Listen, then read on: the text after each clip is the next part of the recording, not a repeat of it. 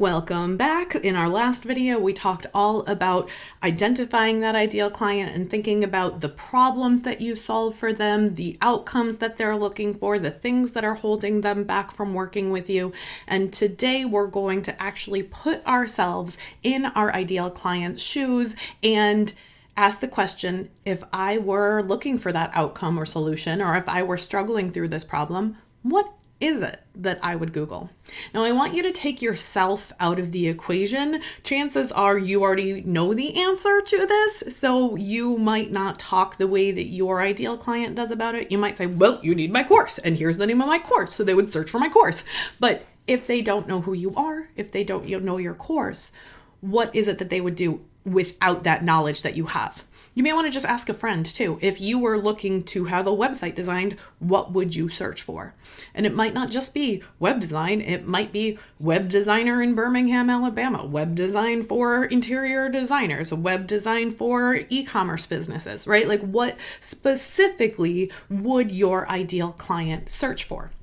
And now we're going to take a minute and actually go to Google and see what shows up in those search results. So let me pop my camera open for you and show you how that looks over here. And we're going to use an example that I know will show you something that you aren't expecting. We're going to look at apparently we're going to look at health coach.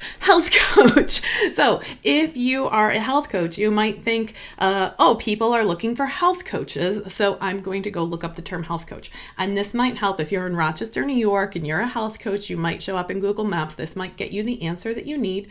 But also, most of the search results as we look through this say, how do I become a health coach? Or should I try a health coach? Or what is the job of a health coach? Again, how do I become a health coach? These aren't necessarily health coaches that are offering their services to people. These are a lot of health coaching businesses who are trying to train other health coaches. So you might want to change this up and say, I want an integrative health coach, or I want a health coach near me, or I want a health coach who can help people with Crohn's disease, or think about what are the specific things that your ideal client wants. They might not even know that they want a health coach. They might just think, how do I handle my Crohn's disease without needing to go to my doctor's office all the time, right? Like, what is it that you do for people who may not know yet that you exist? Now, if you're looking at these search results and you're going, I don't know if this is exactly what I need, you may want to just change it and take a look. Health coach for, how do you spell Crohn's disease? I don't know why that was what came to my mind, but Crohn's disease. Okay, now we're getting more specific. We're getting into IBD.coach or specific health coaches. And you can see here nutritional therapy for Crohn's disease and ulcerative colitis and IBD. So when you get more specific, now we're seeing health coaches who can help people with this specific condition, with these private coaching practices. As you're reviewing the keywords for your search term that you are thinking about, here are some things to notice. Are these results actually answering the question or solving the problem that my ideal client has? Would these answers that we see over there,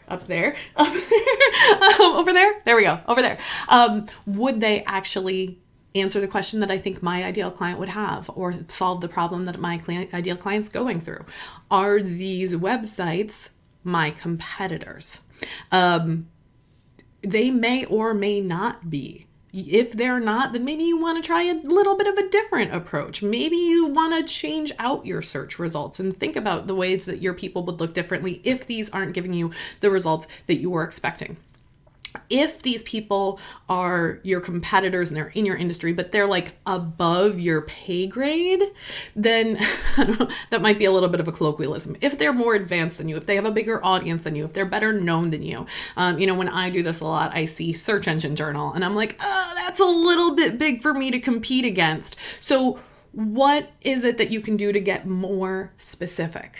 Maybe you want to include that geography. Health coach, I'm gonna come back to myself here. You could do health coach in Birmingham, Alabama, right? Maybe you want to talk about a specific industry, a specific condition, or if you were thinking, I'm gonna talk all about sun salutations, and it gets like yoga journal that you're competing against. Maybe you think, I'm just going to talk about down dog. I'm just going to talk about mountain pose. I'm just going to talk about specifics. I was pulling my tarot cards this morning, and I was like, maybe instead of talking about tarot cards, you can just talk about the Ace of Wands, which, by the way, is all about new beginnings and fresh starts and learning new things. So it felt like a really appropriate tarot card to pull for my recording day for you guys. Another thing to look at here is what types of results are showing up here. Are these educational products, or are these educational posts, or are they product listings, Google shopping listings? Do you see Google Maps in here? If you're running a local business, you want to see Google Maps, or do you not see Google Maps showing up here? Is there a featured snippet that shows up that answers the question really quickly? At which point could you answer that featured snippet question? We'll talk about featured snippets later on, but is this long form, deep dive, heavy duty thought leadership content, or is this like kind of a list of 20 Crohn's disease symptoms that you might have, right? Like, is this, and here's the bigger question, is this actually where I belong? Do my people need these services, and would I fit into this list of what's showing up here? And do I want to write this? If it's the 20 Crohn's symptoms that you don't want to write about because you don't want to get that specialized, then find something else to write. But the key here is that we are going to find one topic. Doesn't have to be one keyword. We'll talk about that tomorrow. One topic that you would show up really well for. We're narrowing it down, and then tomorrow we will actually go in and look at the keywords. So there you go. Choose your one topic that you want to write about for this week and next week only. This doesn't have to overhaul your whole business. This is one little piece of what it is that you do. Choose that, and I'll see you tomorrow when we start to look at keywords.